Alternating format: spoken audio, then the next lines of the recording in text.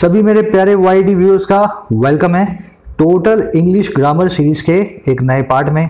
आप जानते हैं इस सीरीज के अंदर हम एसएससी और बैंक्स की पूरी इंग्लिश ग्रामर कर रहे हैं और इस तरीके से कर रहे हैं कि इसके बाद आपको ग्रामर बुक खोलने की ज़रूरत ना पड़े। आप सीधे इस सीरीज को देखें, नोट्स को बनाएं, अच्छे से सॉल्व करें क्विज़ को। लास्ट में आप क्या करेंगे, सीधे सीधे आप मॉक टेस्ट को अटेम्प्ट कर सकते हैं, मार्क्स को स्कोर कर सकते हैं। अब देखो इसलिए बता रहा हूं मैं क्योंकि पार्ट 0 से पार्ट 22 तक हमने इस जर्नी को कंप्लीट किया है, तो आप शुरू से ही जर्नी में मेरे साथ चलें, फिर आकर के आज पार्ट 23 से मॉडल वर्ब्स को सीखें। मैं आपको बता देता हूं, चैनल पर जाकर के आप पार्ट 0 से एक्सेस कर सकते हैं पूरी सीरीज को। देखिए ये चैनल का होम पेज है, इस पे सीरीज रखी है complete English grammar for all competitive exams by YT. इसमें जाएं और पार्ट 0 से सीरीज को एक्सेस करें। चलिए शुरू करें, आगे बढ़ाएं मॉडल वर्ब्स को। चलिए देखिए ये सारी की सारी वर्ब्स है ना, जनरली मॉडल वर्ब्स कहलाती हैं। आपके सामने आ रही होंगी आपकी स्क्रीन पे एक एक करके। Shall, could, may, might, would, will है ना, मस्ट है, ऑट टू है, यूज्ड टू है। अच्छा इसके बाद 2-3 अलग टाइप की मॉडल वर्ब्स हैं, इनको मैंने अलग रख दिया है। जैसे डेयर है, डेयर्ड है और नीड है।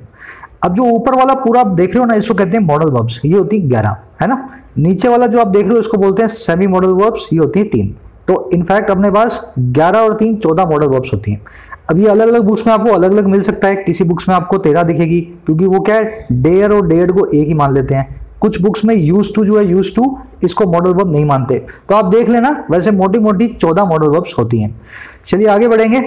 अब देखो एक गलती जो सारे के सारे मॉडल वर्ब सीखने के वक्त करते हैं ना, वो ये वाली करते हैं। मॉडल काम कैसे करती हैं उसका वो आधा पोर्शन सीखते हैं और आधा पोर्शन नहीं सीखते। गलती आपकी भी नहीं है क्योंकि यूट्यूब के ऊपर आधा ही सिखाया गया है। मैं आपको बताता हूँ कैसे। मॉडल के 2 टाइप ऑफ रूल्स होते हैं, पहले होते हैं जनरल, दूसरे होते हैं इंडिविजुअल, है ना। जनरल रूल्स में अब जैसे सेंटेंसेस देखो अपनी स्क्रीन पे, she must eat, she must be fat, she must be eaten, she must be eating, she must have eaten और she must have been eaten. ये सारे सेंटेंसेस जो हमने मस्ट नाम की मॉडल वर्ब को लेकर के 6 स्ट्रक्चर्स बनाई हैं, है ना। अगर आप ये 6 स्ट्रक्चर्स को बनाना सीखोगे ना, ये 6 स्ट्रक्चर्स का क्या सिग्निफिकेंस है, इनसे क्या मीनिंग निकलता है, इन स्ट्रक्चर्स को कैसे बनाया जाता है, तो ये आप जनरल रूल सीखोगे मॉडल्स के, है ना। फिर आप मस्ट की जगह शुड लगा देना, यहाँ पे विल लगा देना, वुड लगा देना, कैन लगा देना, माइट लगा देना। मेरी बात समझ रहे होंगे आप, पर ये 6 स्ट्रक्चर्स में लगेगा जो भी लगेगा, इससे बाहर कुछ भी नहीं है। अब देखो these are called general rules of modals. अब होता क्या है, इसको आप नहीं सीखते हो और आप क्या करते हो, इंडिविजुअल मॉडल्स को सीखने लगते हो। आप देखते हो मस्ट क्या करती है, और टू क्या करती है, शुड को कहाँ लगाना है, यूज टू को कैसे लगाया जाए, मे क्या करने वाली है, डेयर कब लगाना है, माइट कब लगाना है। तो ये सारा का सारा जो है ना, ये आपकी फ्लॉड प्रोसेस है मॉडल्स को सीखने की। ये प्रोसेस बाद में आनी चाहिए, पहले ये प्रोसेस आनी चाहिए। तो हम फोकस करेंगे इस पार्ट के अंदर फर्स्ट प्रोसेस की तरफ, जिसको सब लोग नजरअंदाज करते हैं। सेकंड पार्ट मक्खन जैसा आएगा, जब आप फर्स्ट प्रोसेस सीख जाएंगे जनरल रूल्स को, फिर क्या करना है, मस्ट की जगह अपने ऑट टू लगा देंगे, डेयर लगा देंगे, माइट लगा देंगे।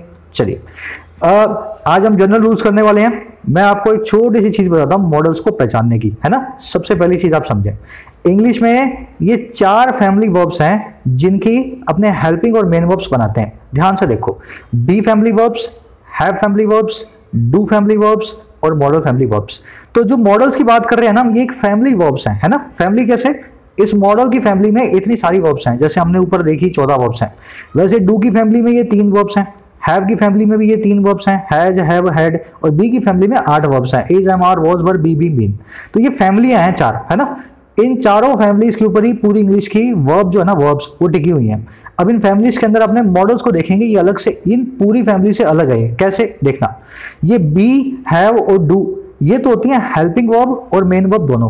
क्या होती हैं, हेल्पिंग वर्ब भी होती हैं और मेन वर्ब भी होती हैं। और जो मॉडल्स है ना, मॉडल्स ये सिर्फ और सिर्फ हेल्पिंग वर्ब्स होंगी। समझ गए ना मेरी बात को। तो ये 4 फैमिली वर्ब्स हैं इंग्लिश में, जिसमें से 3 फैमिली वर्ब्स तो अलग तरीके से बिहेव करती हैं। ये हेल्पिंग वर्ब भी हो सकती हैं, मेन वर्ब भी हो सकती हैं, पर मॉडल फैमिली वर्ब जो है ना, चौथा, ये फैमिली सिर्फ और सिर्फ हेल्पिंग वर्ब बनती है। अब देखो मैं इसको आपको समझा देता हूं एग्जांपल के साथ, इसी में से निकलेगा अपना मॉडल का रूल नंबर 1, है ना। सब चीजें लॉजिक के साथ समझाने की कोशिश कर रहा हूं, आपको कुछ रट्टा नहीं मारना पड़े। जैसे मैथ्स में लगाते हो ना, वैसे ही लॉजिक आपको यहां लगाना है। देखो इस सेंटेंस को ध्यान से, John is marrying Bipasha, John Bipasha से शादी कर रहा है ना। सिंपल सा सेंटेंस है, पार्सिंग करें इसकी। जॉन हो गया आपका सब्जेक्ट, इज मैरिंग होगी आपकी वर्ब, है ना। प्रेजेंट कंटिन्यूअस टेंस का ये वाला आपका सेंटेंस है। अब देखो ये इज जो आप देख रहे हो यहाँ पे, ये इज कहाँ से आया है, ये बी फैमिली से है ना। यहाँ पे इस इज के बाद में एक मेन वर्ब पड़ी है, तो मतलब इस इसका काम क्या है यहाँ पे, हेल्पिंग वर्ब बनने का। समझ लो मेरी बात इतनी। जॉन इज मैरिंग विपाशा में बी फैमिली की वर्ब इज यूज हुई है, जो कि यूज हुई है एज अ हेल्पिंग वर्ब। अब अगला सेंटेंस देखो, John is the lead actor in the movie. John इस मूवी का लीड एक्टर है। सब्जेक्ट कौन है, जॉन। वर्ब कौन है, इज कहां से आई है, बी फैमिली की वर्ब है। इसके बाद में दूसरी कोई वर्ब नहीं आ रही, मतलब ये बी फैमिली की वर्ब यहाँ पे मेन वर्ब है। तो देखा आपने कमाल, बी फैमिली की वर्ब मेन वर्ब भी बनती है और बी फैमिली की वर्ब जो आपकी हेल्पिंग वर्ब भी बनती है। अब यही काम मैं हैव फैमिली के साथ आपको करके दिखाऊंगा, फिर अपने मॉडल के साथ ये काम करने की कोशिश करेंगे, है ना। चलो हैव फैमिली को देखते हैं। India has fought a war with China. अब देखो हैव फैमिली की तीन वर्ब्स हैं, हैज, हैव और हैड, है ना। तो India has fought war with China. India China के साथ एक लड़ाई लड़ चुका है, वॉर कर चुका है। इंडिया सब्जेक्ट, हैज फॉट हमारी वर्ब। अब ये हैज कहां से है, हैव फैमिली की वर्ब है। अच्छा ये हैज के बाद में वर्ब की थर्ड फॉर्म आ रही है, तो हैज काम कर रहा है एक हेल्पिंग वर्ब का। क्लियर है ना इतना। अगला सेंटेंस देखो, India has good relations with USA. India के पास बहुत अच्छे रिलेशंस हैं अमेरिका के साथ। इंडिया सब्जेक्ट है, हैज आपकी मेन वर्ब है, इसके बाद में V3 नहीं आ रही, मतलब ये हैज जो है ना हैव फैमिली की वर्ब यहाँ पे मेन वर्ब का काम कर रही है। तो आपने देखा कैसे बी फैमिली और हैव फैमिली जब इसकी इच्छा हो हेल्पिंग वर्ब बन जाती है, जब इसकी इच्छा हो अकेले आकर के मेन वर्ब का काम कर देती है। अब अगर यही काम मैं मॉडल के साथ करना चाहूं तो देखें क्या होता है। Anybody can learn English language. Can क्या है, मॉडल वर्ब, आप जानते हैं ना। एनीबडी सब्जेक्ट, कैन लर्न आपकी वर्ब, कैन है एक मॉडल वर्ब। अब देखो एक कैन है ना, कैन है, इसके बाद हेल्पिंग वर्ब के बाद एक मेन वर्ब रखिए लर्न। मैं आपको क्या समझाना चाह रहा हूं, अब इस केस के अंदर आप इस लर्न को यहां से रिमूव नहीं कर सकते। आप ऐसा एक भी इंग्लिश सेंटेंस नहीं बना सकते जिसमें कैन के बाद में कोई मेन वर्ब ना आ रही हो, है ना। तो कैन हमेशा और हमेशा क्या काम करेगी, कभी भी मेन वर्ब का काम नहीं करेगी, हेल्पिंग वर्ब का काम करेगी। Modal verbs are always helping verbs. I think समझ गए होंगे मैं आपको क्या समझाना चाह रहा हूं। तो हमारा यहाँ पे रूल नंबर 1 ये निकला, मॉडल को हमेशा हेल्पिंग वर्ब की तरह यूज करना है। इनके बाद में हमेशा एक मेन वर्ब आएगी। रूल ये कहता है कि वो मेन वर्ब जो है ना सिर्फ और सिर्फ वर्ब का बेयर इन्फिनिटिव होगा। अब देखो ये बेयर इन्फिनिटिव क्या होता है, ये रूल 1 मैं आपको समझा रहा हूं, है ना। मॉडल के बाद हमेशा मेन वर्ब आएगी, मेन वर्ब होगा बेयर इन्फिनिटिव। अब बेयर इन्फिनिटिव देख लेते हैं हम क्या होता है, उसको कैसे पहचाना जाए। फॉर एग्जाम्पल मैं आपको बोलता हूं एक वर्ब है ईट। ईट की सारी फॉर्म्स मैं आपको लिखने को बोलूं तो आप लिखोगे ईट, एट, ईटन, ईटिंग और ईट्स, है ना। ईट सिंगुलर के लिए, ईट्स जो है सिंगुलर के लिए, ईट प्लूरल के लिए, एट सेकंड फॉर्म है, ईटन थर्ड फॉर्म है, ये वर्ब की आईएनजी फॉर्म है। तो अपने सिंगुलर्स के साथ में ईट्स लगा देते हैं और प्लूरल के साथ में फर्स्ट फॉर्म जो है ईट लगाते हैं। तो वर्ब की फर्स्ट फॉर्म के 2 पार्ट्स होते हैं, है ना, 2 रूप होते हैं। एक में एस आ रहा होता है, एक में एस नहीं आ रहा होता। तो जिसमें एस आ रहा होता है ना इसको छोड़ दो, जिसमें एस आ रहा होता है उसको छोड़ दो। जो सिंपल वाला है ना बेस, उसको बोलते हैं वर्ब का बेयर इन्फिनिटिव। तो वर्ब का बेयर इन्फिनिटिव क्या होता है, हर एक वर्ब की फर्स्ट फॉर्म जिसमें पीछे एस या ईएस नहीं आ रहा होता, that first form is called bare infinitive of that verb. ठीक है ना। इसको बेस फॉर्म भी बोला जाता है वर्ब की, आप कंफ्यूज ना हो। बेयर इन्फिनिटिव और बेस फॉर्म का मतलब एक ही है। बेयर का मतलब होता है बिना किसी कवर के, है ना, बिना कपड़ों के, और इन्फिनिटिव आप जानते हैं वर्ब की फर्स्ट फॉर्म। तो बिना किसी कपड़ों के वर्ब की फर्स्ट फॉर्म है। अब अपना रूल ये कहता है, मान लो मैं ऐसा सेंटेंस लिखूं, Ram goes to market to buy food for his family. अब देखना यहां पे रूल निकलेगा बहुत बढ़िया तरीके से। Ram goes to market to buy food for his family. Ram बाजार जाता है फैमिली के लिए फूड को बाय करने के लिए। सब्जेक्ट है राम, वर्ब है गोज। इतना क्लियर। अगर इसी के अंदर मैं मॉडल को घुसाना चाहूं, मैं बोल दूं Ram should goes to market to buy food for his family. मैंने क्या किया, शुड को बीच में मॉडल वर्ब को हेल्पिंग वर्ब बना के घुसा दिया। इसका मतलब होता है चाहिए, है ना, शुड का मतलब होता है चाहिए। तो राम को बाजार जाना चाहिए अपने फैमिली के लिए खाना खरीदने के लिए। सब्जेक्ट क्या होना है, राम, वर्ब कौन है, शुड गोस। अब देखो यहां पे आपका रूल अप्लाई होगा। ये रूल क्या कहता है, मॉडल के बाद हमेशा वर्ब का मेन वर्ब में बेयर इन्फिनिटिव आएगा। गो वर्ब का बेयर इन्फिनिटिव होता है गो, ना कि गोज।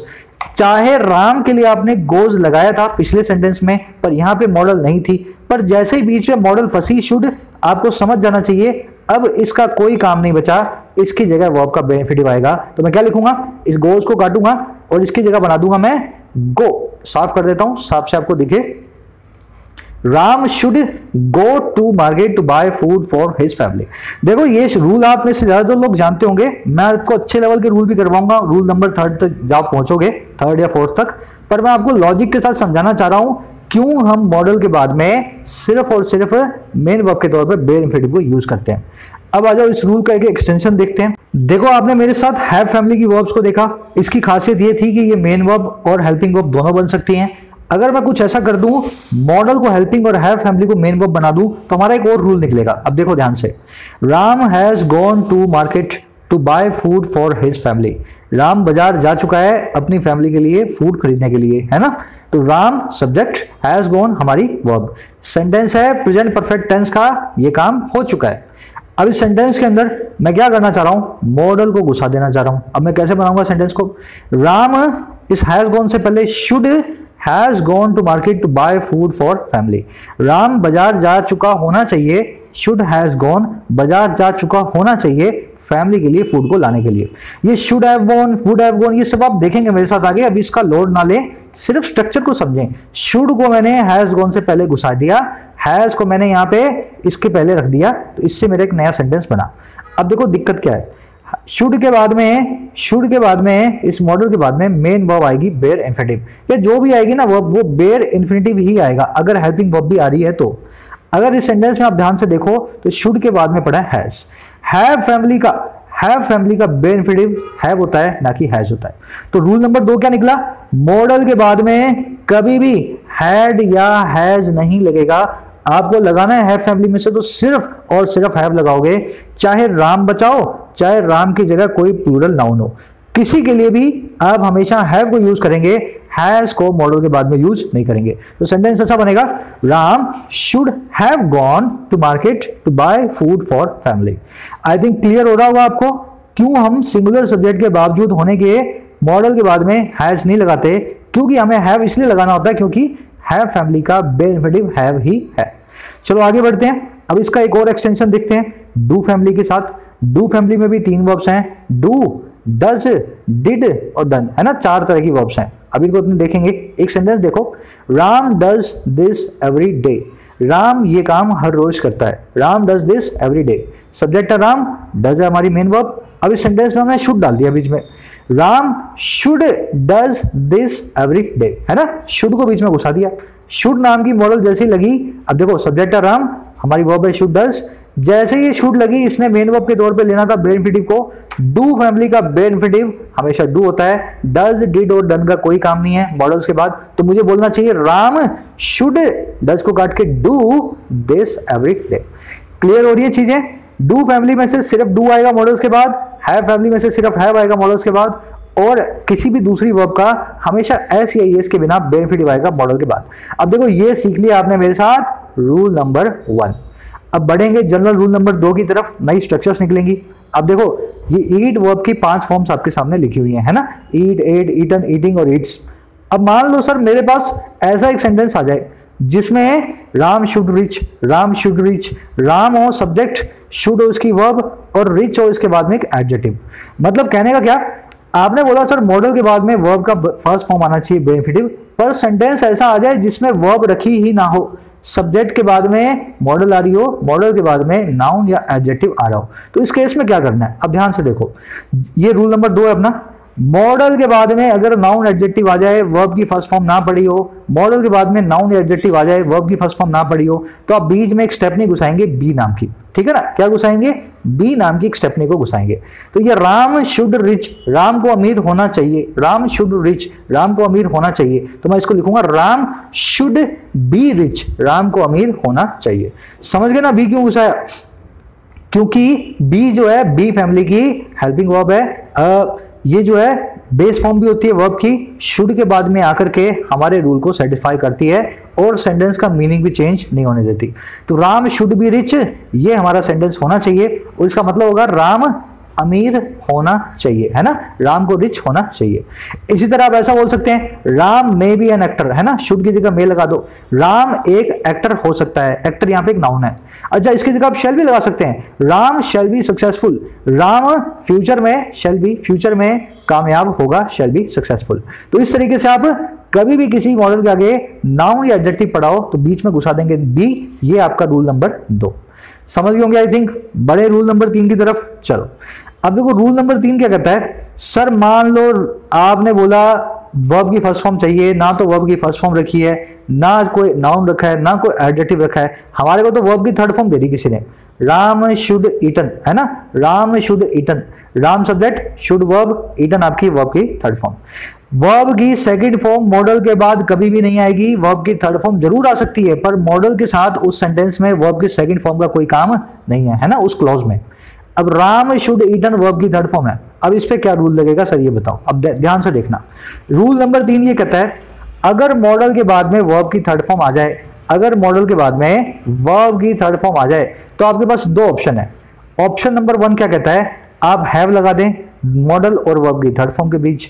ऑप्शन नंबर 2 कहता है आप बी लगा दें मॉडल और वर्ब की थर्ड फॉर्म के बीच, है ना। आप हैव भी लगा सकते हैं और आप बी भी लगा सकते हैं। सर मैं कैसे आइडेंटिफाई करूंगा दोनों में से क्या लगाना है। अगर आपने हैव लगाया तो सेंटेंस एक्टिव होगा, अगर आपने बी लगाया तो सेंटेंस पैसिव होगा। कैसे पैसिव होगा ये देखो, बी फैमिली की वर्ब बी है, उसके बाद वर्ब की थर्ड फॉर्म आ रही है, सेंटेंस पैसिव। और एक्टिव कैसे होगा, हैव प्लस में वर्ब की third form, present indefinite present perfect tense का फॉर्मूला आपको पता है, तो ये होता है एक एक्टिव टेंस। समझ लो मेरी बात को। तो आप क्या करोगे, वर्ब की थर्ड फॉर्म दिख जाए और मॉडल के बाद सीधे सीधे आ रही हो तो आप क्या करेंगे, बीच में बी घुसा देंगे या हैव घुसा देंगे। अगर सेंटेंस का मीनिंग आपको पैसिव में लेना है, सेंटेंस का सब्जेक्ट सेंटेंस का डूअर ना हो तो बी, अगर सेंटेंस का सब्जेक्ट सेंटेंस का डूअर हो तो एक्टिव में लेना है, सेंटेंस के बीच में हैव घुसाना है। अब देखो ये याद कैसे रखना है सर, ये बी या हैव। आप मुझे एक छोटी चीज बता देना, इंग्लिश में वर्ब की थर्ड फॉर्म मेन वर्ब बन के कब कब आती है। अब ध्यान से देखोगे तो हैज हैव हैड के बाद में आती है, या is am are was were be being been के बाद में आती है। समझ लो ना। तो वहीं से हमने हैज हैव और हैड में से बेनिफिटिव हैव रख दिया और बी फैमिली की is am are was were be being been में से बेनिफिटिव बी रख दिया। तो वहीं से इस फॉर्मूला को हमने निकाला, इसको याद करने की जरूरत आपको नहीं है। चलो अब सेंटेंस को देखते हैं। राम शुड ईटन, मैं क्या बनाऊंगा, अब देखो इसको पहले मैं पैसिव से बना करके देखता हूं। तो ये सेंटेंस कैसे बनेगा, Ram should be eaten, Ram को खाया जाना चाहिए। अब देखो ये पैसिव फॉर्म मैं आपको सिखा चुका हूं, एक्टिव पैसिव आप ऑलरेडी जानना चाहिए आपको, अगर आप यहां तक पहुंच गए हैं तो। ऐसा मत बोले सर ये पैसिव कैसे बना दिया, ये खाया जाना चाहिए कैसे होना चाहिए। इसको साफ साफ शुद्ध हिंदी में देसी भाषा में आपको समझाया है एक्टिव और पैसिव कैसे बनता है ना। पार्ट शायद 8वां या 10वां पार्ट था, आप देख लेने जाकर के। तो राम शुड बी ईटन ये हो गई अपनी पैसिव फॉर्म। अब देखो एक्टिव फॉर्म में अपने देखते हैं, मैं यू बना दूं राम शुड हैव ईटन, इसका मतलब क्या होगा, राम को खाना चाहिए था। जैसे राम भूखा आ गया, अब घर आ गया, उसकी मम्मी ने बोला यार तेरे को खाना चाहिए था, क्यों खा के नहीं आया तू, खाना तेरे को खा के आना चाहिए था, तेरे को शादी में भेजा था। तो अपने बोल दिया उसकी मम्मी ने राम शुड हैव ईटन, भाई राम को खाना खाना चाहिए था। तो हैव ईटन है, पास्ट की बात हो रही है, इसीलिए हम था भी लगा रहे हैं, है ना, राम शुड हैव ईटन। चलिए आगे बढ़ते हैं। ये रूल नंबर 3 था हमारा, अगर मॉडल के बाद वर्ब की थर्ड फॉर्म पड़ी हो। अब देखो रूल नंबर 4 की तरफ बढ़ते हैं, है ना। रूल नंबर 3 की एक एक्सटेंशन भी है, ध्यान से देखो। आपने पहला सेंटेंस देखा राम शुड बी ईटन, ये है पैसिव में, है ना, राम को खाना खाना चाहिए। दूसरा सेंटेंस देखा राम शुड हैव ईटन, ये है पास्ट के अंदर परफेक्ट में, राम को खाना खाना चाहिए था।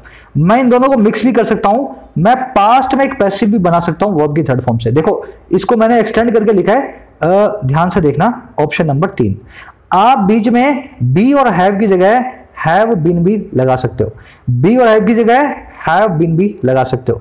Ram should have been eaten, अब इसका मतलब क्या है, देखो पैसिव भी बन गया, ये पैसिव भी बन गया और पास भी हो गया, दोनों काम ये करेगा। तो इसको कैसे बनाऊंगा मैं, इसका मतलब क्या होगा, राम को खाया जाना चाहिए था, राम को खाया जाना चाहिए था पास्ट में, मतलब राम समंदर में गिर गया, आपको लगा वो शार्क मछलियां उसको खा जाएंगी, पर उसको शार्क मछली ने नहीं खाया, अब वो राम फिर बाहर आ गया। आपका दुश्मन है राम, है ना, आपने बोला यार राम को खाया जाना चाहिए था, मतलब एक एग्जांपल दे रहा हूं आपको हाइपोथेटिकल, आप इस चीज का शौक मना रहे हो कि राम को क्यों नहीं खाया मछलियों ने, है ना, समुद्री जानवरों ने उसको क्यों नहीं खाया, तो आप कह रहे हो राम को खाया जाना चाहिए था इन पास्ट। तो ये थर्ड ऑप्शन है इसका, वर्ब की थर्ड फॉर्म पढ़ी हो तो आप पास्ट में भी एक पैसिव बना सकते हैं। चलो आगे बढ़ते हैं। ये आप सेकंड पार्ट में देखेंगे मॉडल्स के, तो मैं इनको यूज करना सिखाऊंगा आपको, पास्ट में पैसिव कब बनाना होता है ना, कब आपको जरूरत पड़ती है इसकी, वो सेकंड पार्ट में देखेंगे हम। चलो आगे देखते हैं। रूल नंबर 4, लास्ट रूल है। आपके पास वर्ब की आईएनजी फॉर्म आ गई। अब देखो, ना वर्ब की थर्ड फॉर्म है, ना वर्ब की फर्स्ट फॉर्म है, वर्ब की सेकंड फॉर्म आती नहीं, नाउन एडजेक्टिव रखा नहीं। अब लास्ट में सिर्फ एक ही ऑप्शन बचा, वर्ब की आईएनजी फॉर्म। अगर वर्ब की आईएनजी फॉर्म मॉडल के बाद आ जाए तो क्या करना है, ध्यान से देखना। रूल नंबर 4 कहता है मॉडल के बाद में वर्ब की आईएनजी फॉर्म आ जाए तो दो ऑप्शन है। पहला ऑप्शन क्या है, बीच में बी घुसा दो। क्यों घुसा दो? बी फैमिली की वर्ब के बाद वर्ब की आईएनजी फॉर्म आती है। आप जानते हो वर्ब की ING form present continuous tense को बताती है, पास्ट कंटीन्यूअस टेंस को बताती है। तो बी फैमिली की वर्ब के बाद ही होता है वो, है ना, इज, एम, आर, वाज, वर। तो मैं कैसे बोलूंगा, राम शुड बी ईटिंग को राम शुड बी ईटिंग, है ना, बीच में मैं क्या घुसा दूंगा, बी घुसा दूंगा। इसका मतलब समझे, राम को खाना खा रहा होना चाहिए। अब समझो ये क्या मतलब है इसका। आपसे, आपका भाई है राम, आपका दोस्त, उसका राम का दोस्त आया, उसने डोरबेल बजाई, पूछा सर राम कहाँ है? आपने बोला यार मेरा भाई तो खाना खा रहा होगा। तो आप कह रहे हो Ram should be eating, Ram को खाना खा रहा होना चाहिए। मैं उसको थोड़ी देर पहले खाने के लिए थाली दे के आया था, मुझे नहीं पता वो क्या कर रहा है, मेरे हिसाब से वो खाना खा रहा होना चाहिए। तो ये काम कंटिन्यूअस टेंस में हो रहा है, मेरे हिसाब से अभी भी हो रहा है। शुड का मतलब है चाहिए। तो इस तरह से कंटिन्यूअस टेंस में भी मॉडल फॉर्म्स यूज होती हैं। समझ गए ना? आई थिंक मेरी बात समझ रहे हो ना? तो ये राम को खाना खा रहा होना चाहिए, इस बात को बता रहा है। अब देख लो ऑप्शन नंबर 2। ऑप्शन नंबर 2 क्या कहता है, मॉडल के बाद में वर्ब की आईएनजी फॉर्म आई हो तो आप हैव बीन भी लगा सकते हो। अब देखो ये आया कहां से, ये ऐसे आया मेरे भाई, आपने प्रेजेंट परफेक्ट कंटिन्यूअस टेंस सुना होगा। उसका काम क्या होता है, कोई काम जो पहले भी हो रहा था, अभी भी हो रहा है, पहले भी हो चुका है और अभी भी होना जारी है। समझ गए ना? मान लो राम 10 मिनट से, 15 मिनट से, 20 मिनट से खाना खा रहा हो, तो उस केस में मैं क्या बोलूंगा, मैं बोलूंगा Ram should have been eating his dinner for 10 minutes. अब देखो उसको, दोस्त को बोल रहा हूं ये बात, मैं अब नहीं खा रहा वो, मैं ये कहना चाह रहा हूं पिछले 10 मिनट से उसको खाना खा रहा होना चाहिए। तो आप उस तरह से बोलेंगे Ram should have been eating, तो मैं इसको लिखूंगा राम को खाना खा रहा होना चाहिए। परफेक्ट कंटिन्यूअस टेंस के अंदर पिछले 10 मिनट से, 1 घंटे से, 5 मिनट से, एक कोई इसके बाद में टाइम फ्रेम भी मैं दूंगा। समझ गए होंगे आई थिंक। अब देखो लोड मत लेना, सारी फॉर्म्स को मैं एक ही स्लाइड पे आपको दिखा देता हूं हिंदी मीनिंग के साथ, ताकि आपको एक बार में समझ में आ जाए मॉडल की यही 6 फॉर्म्स होती हैं, इसके बाद मॉडल की कोई फॉर्म नहीं होती। दिखा देता हूं एक स्लाइड पे, देखना। Rule number 1, rule number 2, rule number 3। Rule number 1 कहता है मॉडल के बाद हमेशा वर्ब का बेनिफिटिव आएगा। राम शुड ईट, राम को खाना खाना चाहिए। यहाँ पे एस नहीं आएगा क्योंकि राम होने के बावजूद हम बेयर इन्फिनिटिव को यूज कर रहे हैं। अच्छा, रूल नंबर 1 ये भी कहता है हैव फैमिली में से सिर्फ हैव को लेंगे और डू फैमिली में से सिर्फ डू को लेंगे। सब्जेक्ट से मॉडल का कोई कनेक्शन नहीं है। तो Ram should have the answer, ना कि Ram should has the answer. Ram should do something, ना कि राम शुड डज समथिंग। तो ये रूल नंबर 1 था हमारा, 3 फॉर्म्स थी इसकी। रूल नंबर 2 देखें, मॉडल के बाद में नाउन एडजेक्टिव आए तो सीधे सीधे बी बीच में घुसा देना है। राम शुड बी रिच, जरूर ही राम रिच होगा, जरूर ही राम बहुत अमीर होगा। और Ram should B a teacher, Ram को एक टीचर होना चाहिए, जरूर ही राम एक टीचर होगा। समझ गए ना मेरी बात को? इस तरीके से नाउन एडजेक्टिव मॉडल के बाद ट्रीट होते हैं। रूल नंबर 3, मॉडल के बाद V3 आ जाए तो 3 ऑप्शन है। पहला ऑप्शन क्या है, पास्ट के अंदर परफेक्ट बना दें एक्टिव में। दूसरा ऑप्शन क्या है, प्रेजेंट के अंदर पैसिव बना दें। तीसरा ऑप्शन क्या है, पास्ट में ही पैसिव बना दें। तो बी लगा सकते हो, हैव लगा सकते हो, हैव बीन लगा सकते हो। ये हैव बीन वाला बहुत ट्रिकी भी है और बहुत इंपॉर्टेंट भी है, क्योंकि इसी से कंडीशनल बनते हैं। आगे आप कंडीशनल मेरे साथ देखेंगे, तो इसको अभी यहीं पे मास्टर कर लेना। तीनों सेंटेंस बना रहा हूं मैं। Ram should be eaten, Ram को खाना खाया जाना चाहिए, ये बन गया पैसिव फॉर्म, है ना। अच्छा, Ram should have eaten, Ram को खाना खाना चाहिए था। भूखा क्यों आ गया घर पे, खाना खाना चाहिए था। तीसरा, Ram should have been eaten, Ram को खाना खाना चाहिए नहीं, चाहिए था। पास्ट में पैसिव बना रहा हूं, दोनों को मैंने मिक्स कर दिया। राम को खाना खाया जाना चाहिए था। चौथा नंबर रूल है, आपके पास वर्ब की आईएनजी फॉर्म आ जाए, आपके पास 2 ऑप्शन है। एक तो प्रेजेंट के अंदर बना सकते हो, एक परफेक्ट कंटिन्यूअस में बना सकते हो। कैसे बनाओगे, पहले बी घुसा दो, Ram should be eating, Ram को खाना खा रहा होना चाहिए। दूसरा, Ram should have been eating, Ram को खाना खाना होना चाहिए पिछले कुछ वक्त से। समझ गए ना, पिछले 10 मिनट से, 15 मिनट से। ध्यान देना, इस सेंटेंस के बाद में सिंस या फॉर आएगा और पूरा सेंटेंस ऐसे बनेगा, Ram should have been eating for last 10 minutes, Ram should have been eating since 9:30, है ना, इस तरह से सेंटेंस बनेगा। चलिए, आई थिंक आपको जनरल रूल्स मॉडल के समझ में आ गए होंगे। 6 स्ट्रक्चर्स इस तरह से बनती हैं। आपको इन स्ट्रक्चर्स की प्रैक्टिस करनी है। ये आपका छोटा सा क्विज है। हर क्वेश्चन में एक ब्लैंक है, ब्लैंक के अंदर मैंने आपको एक मॉडल की स्ट्रक्चर घुसा के दी है। आपको मीनिंग निकालना है सेंटेंस का। अगर ये स्ट्रक्चर सही है तो नो चेंज, अगर ये गलत है तो ए बी सी में से एक आपका आंसर होगा। ये है फर्स्ट क्वेश्चन, इसका आप जो है स्क्रीनशॉट लें। ये सेकंड क्वेश्चन है, इसका स्क्रीनशॉट लें। ये थर्ड क्वेश्चन है, इसका स्क्रीनशॉट लें। ये फोर्थ क्वेश्चन है, इसका स्क्रीनशॉट लें। ये फिफ्थ क्वेश्चन है, इसका स्क्रीनशॉट लें। चलिए, आंसर्स आपको नोट्स भी डाल रहा हूं आज मैं, और आंसर्स भी डाल रहा हूं डिस्क्रिप्शन के अंदर। आपको आंसर और नोट्स दोनों मिल जाएंगे वीडियो की। सबसे ऊपर एक लिंक रखा है, लिंक में से डाउनलोड कर लें। और मैं चलो कमेंट सेक्शन में भी डाल देता हूं, है ना। आंसर्स को वहां से मैच करें और अपना स्कोर मुझे जरूर बताना। देखो, तैयार हो जाना। इसके बाद अब सीधे सीधे मॉडल की एरर्स करवाऊंगा, कौन सी मॉडल कब कहां कैसे यूज करनी है। पर सबसे पहले आपको ये तो पता होना चाहिए ना, मॉडल यूज की कैसे जाती है। तो आपने आज मेरे साथ ये सीखा। अब देखना, कल वाली वीडियो में प्रोबेबली 1 या 2 दिन में बना दूंगा। वीडियो तैयार है, उसको मुझे रिकॉर्ड करना है। इसमें अपने देखेंगे कब माइट यूज करना है, कब कैन यूज करना है, कब वुड यूज करना है, कब विल यूज करना है ना, शेल के क्या क्या यूजेस होते हैं। तो सबका सब सेकंड पार्ट में आ जाएगा। जरूर से एक लाइक दें वीडियो को, आपको अच्छी लगी हो तो। मुलाकात लूंगा अगले पार्ट में, तब तक के लिए साइनिंग आउट।